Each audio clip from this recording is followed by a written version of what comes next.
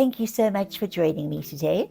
And I want to speak to you about two judgments, really just picking up from where I left off in the last 2 weeks.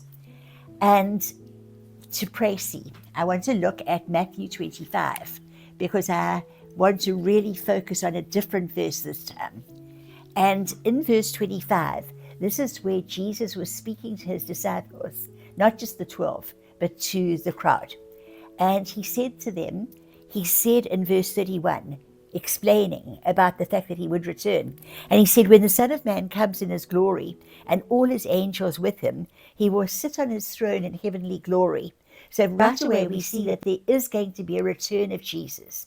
And where he came the first time as a baby and in a mother's womb, and he went from the womb to the tomb, that was his earthly ministry, his time on earth. When he returns, he's going to return in heavenly glory.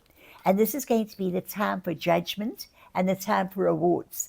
But it's also going to be a time when we see him for who he is in his heavenly glory.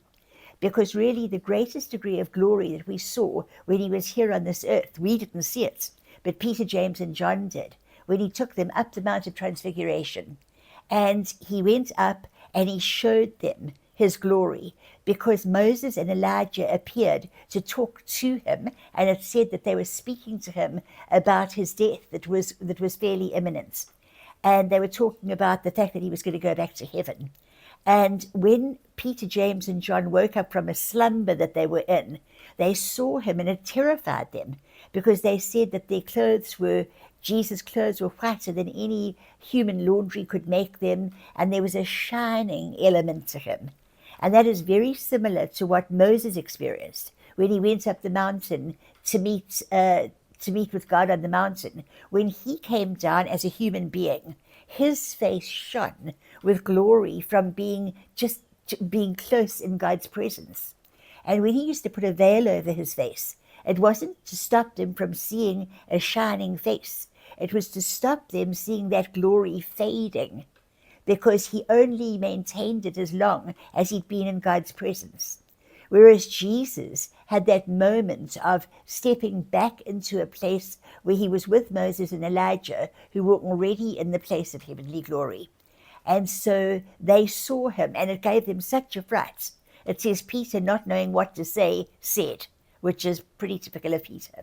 And he said, Lord, shall I come along and make some tabernacles, little tents or shelters for you, Moses and Elijah, to stay in? But anyway, the glory faded, and suddenly Jesus was just back as a human being. And so that was the last bit of glory that anybody saw of Jesus Christ in his earthly ministry.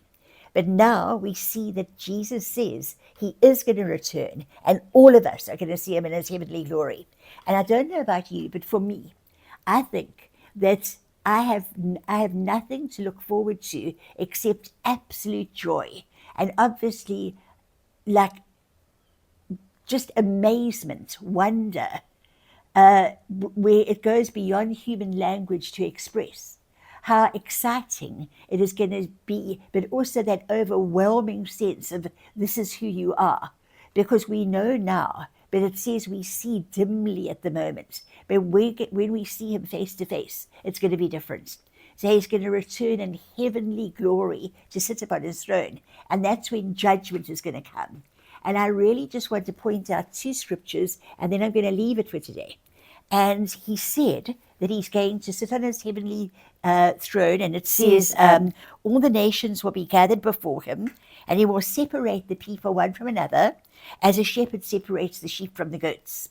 He will put the sheep on his right and the goats on his left. Now this is it. Then the king will say to those on his right, come, you who are blessed by my Father. So there's already a blessing that rests upon us now. But if when we are standing before him and among the nations gathered before him, he's going to say, come, you who are blessed. And that's where we're really going to understand blessing. Take your inheritance, the kingdom prepared for you since the creation of the world. So those who are blessed, those who are the sheep, those who have followed him, are going to enter in to the blessing that's been prepared for us since the creation of the world. And then to the others, he's going to say this.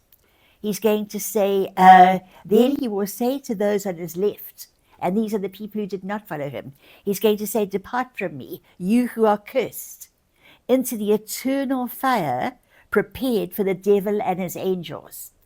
And so the blessing is where we enter into something prepared for us, the inheritance prepared for us from the foundation of the world or the creation of the world. However, there is also something for those who've not followed him, and it's the lake of fire. And it says it wasn't prepared for us. It was prepared for the devil and his angels. But this is the crux of it, and I'm going to end here. What it is that we follow Jesus into this blessing, into the inheritance that God has prepared for us. Whereas those who have not followed him follow the one that they have served into the place that was prepared for him, for the devil and his angels. That is the lake of fire. And so it's not as if God just sends us there. We have chosen in this life, when we had the opportunity to choose, we have followed one who is against God. And so we get to follow him right to the end. We get to follow him into the lake of fire. So our choice is in this life. Please choose correctly. God bless you.